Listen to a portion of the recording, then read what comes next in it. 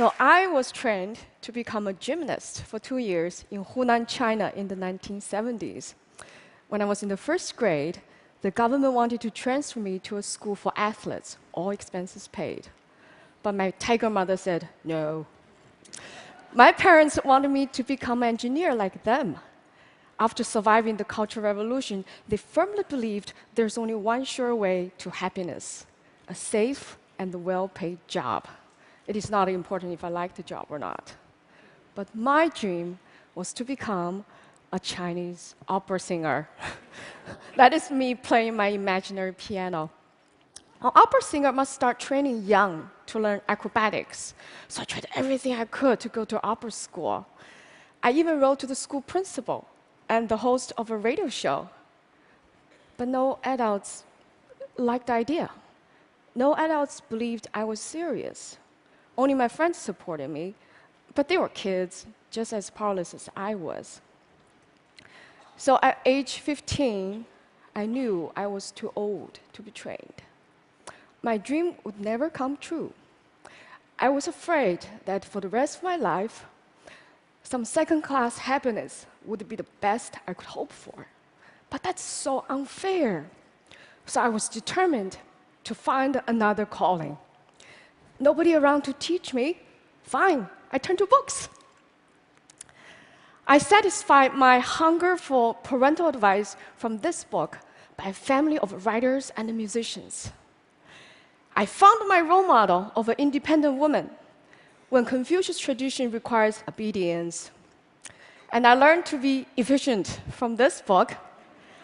And I was inspired to study abroad after reading these.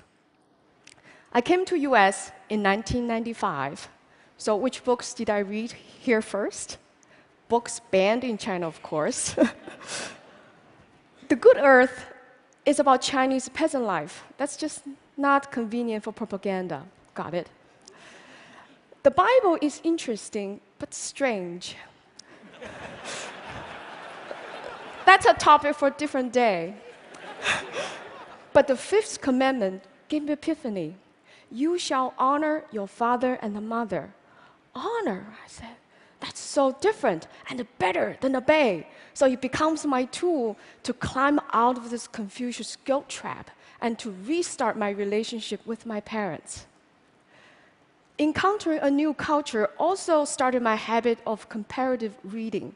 It offers many insights. For example, I found this map out of place at first because this is what Chinese students grew up with. It had never occurred to me China doesn't have to be at the center of the world. A map actually carries somebody's view. Comparative reading actually is nothing new.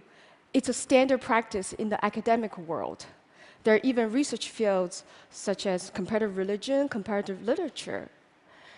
Compare-contrast gives scholars a more complete understanding of a topic. So I thought, well, if comparative reading works for research, why not do it in daily life too? So I started reading books in pairs. So they can be about people who are involved in the same event or friends with shared experiences. I also compare the same stories in different genres or similar stories from different cultures, as Joseph Campbell did in his wonderful book. For example, both the Christ and the Buddha went through 3 temptations. For the Christ, the temptations are economic, political, and spiritual. For the Buddha, they're all psychological: lust, fear, and a social duty. Interesting. So if you know a foreign language, it's also fun to read your favorite books in 2 languages. Instead of loss in translation, I found there's much to gain. For example, it's through translation that I realized happiness in Chinese literally means fast joy. Woo. And bride in Chinese literally means new mother. Uh-oh. Books have given me a magic portal to connect with people of the past and the present. I know I shall never feel lonely or powerless again. Having a dream shattered really is nothing compared to what many others have suffered. I have come to believe that coming true is not the only purpose of a dream. Its most important purpose is to get us in touch with where dreams come from, where passion comes from, where happiness comes from.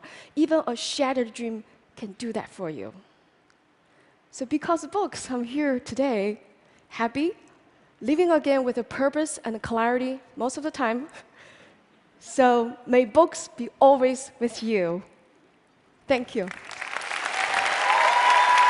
Thank you. Thank you.